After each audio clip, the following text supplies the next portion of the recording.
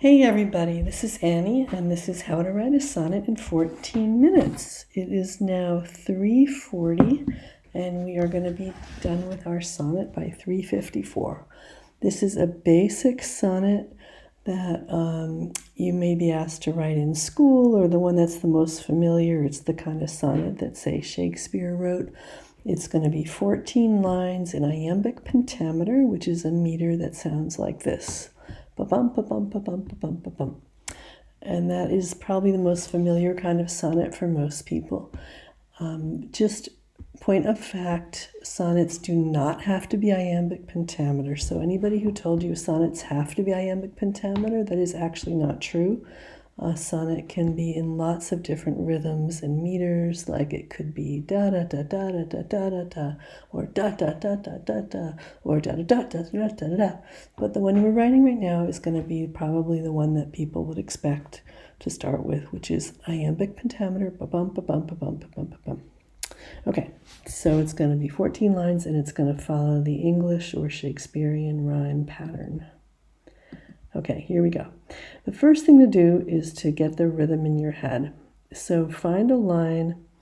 Here's one I used to use a lot. The sun is sparkling on the sandy shore. I think my mother taught that to me when I was a kid. The sun is sparkling on the sandy shore.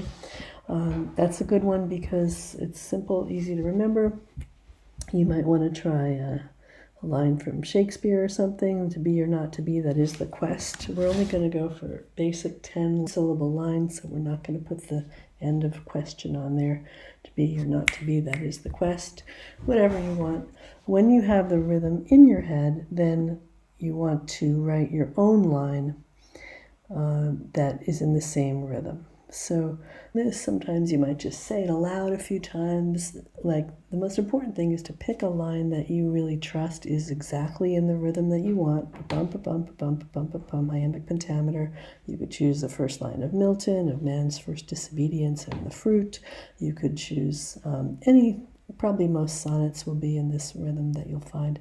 So find a line you really like that you know is in the rhythm, and you can use it as kind of a touchstone. You can go back and read it if you ever get stuck and you want to make sure that you're still following the rhythm. So I would suggest put a couple of those lines up at the top and then write your own line in the same rhythm. Here's the one that I did. So I actually just recorded this a minute ago, and so now I'm just going to go through and comment on it.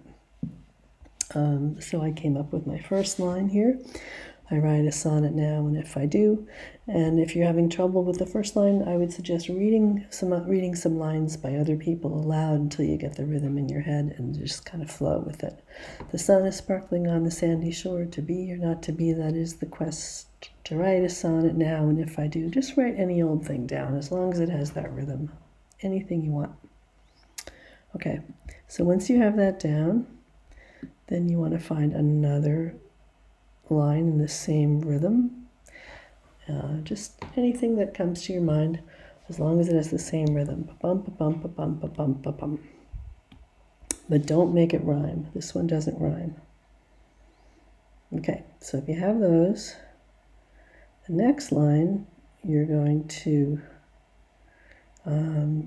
now, see, because they're different, you can make it easier by putting A and B, and put them at the beginning is a nice way to put it.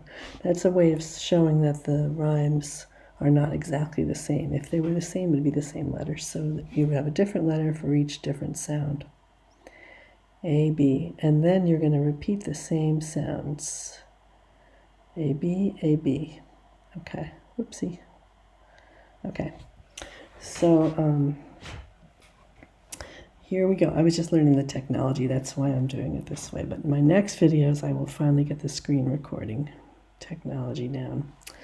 So here we are.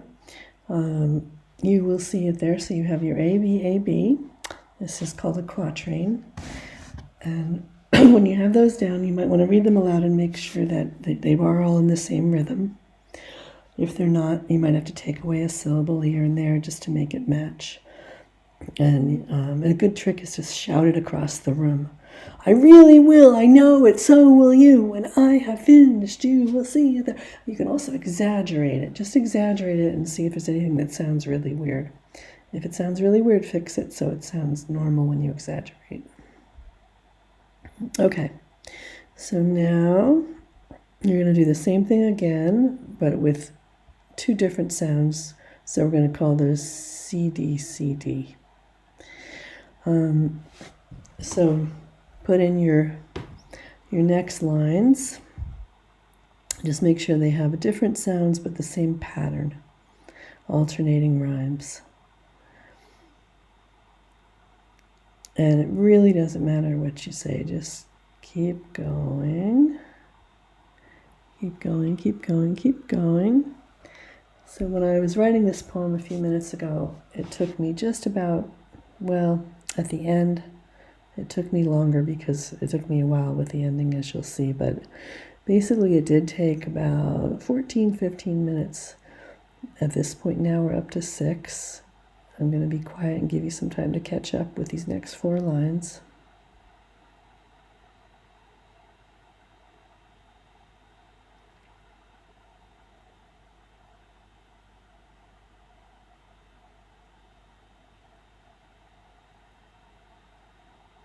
Okay, when you're done, you're already more than halfway there when you have these 2 little things done.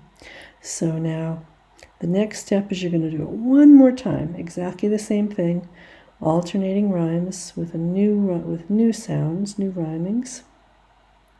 And if you have trouble, by the way, when you get to this moment, this is where I'm putting turn because it's so important here that most sonnets do have a change in mood or a change in tone right here. So this is your chance to start over and kind of think it through. The great thing about a sonnet is that it has 2 different attitudes towards the same thing in one poem. So this is your chance to bring in a new attitude, a new mood, and just give it a chance to sort of turn around. So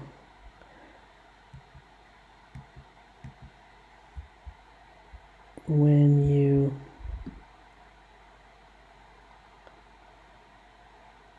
do these next 2, you may find you want a little help with the rhyming. I really recommend rhymezone.com. It's a really great site that will give you an easy way to get rhymes for any word, and it can even tell you the rhythm. It can get you rhymes that are in a certain rhythm. So if you're looking for rhymes in this rhythm, you want to look up the rhythm iambic, because that's what this sound is. Ba-bum, ba-bum, ba-bum, ba-bum, ba-bum. That is iambic. So if you look up iambic rhymes, it'll give you words in that rhythm at rhymezone.com. Okay, so moving forward, I hope this isn't going to block it too much. Okay, it took a while to get that that last line for me. I spent some time playing around with it. At the very end, after you finish your 3rd set of alternating lines, A, B, A, B, C, D, C, D, E, F, E, F, then you get to your final payoff, your punchline. This is where you can have a chance to kind of summarize everything, kind of look back and bring it to a nice conclusion. And these 2 lines are going to rhyme with each other. That's going to be a new thing in your poem. It's going to end with a new kind of pattern. So 2 lines that rhyme. It's called the couplet. So with mine, I spent a little extra time on these next 2 lines to make them work. I'm hoping it'll show you the whole thing now. No, I guess not. Anyway, I finished mine just around this time, and I hope you did too. And because this is a recording, I cannot go and show you what I did, but it doesn't really matter. What really matters is yours. Oh, there it is. What really matters is your poem, and I hope this gave you some company and some tips to make it quick and easy to write your poem in 14 minutes. And it is now 3:50. I think this has been about 10 minutes because because I had already recorded it without the sound before. Whoops. So that's why I'm doing it quicker this time. But you still have 4 minutes to go. So in that 4 minutes, I recommend you read it aloud, read it aloud, read it aloud. See how it feels, see how it sounds, and just give yourself the fun of playing around with it, making it as good as you want it to be. Have fun.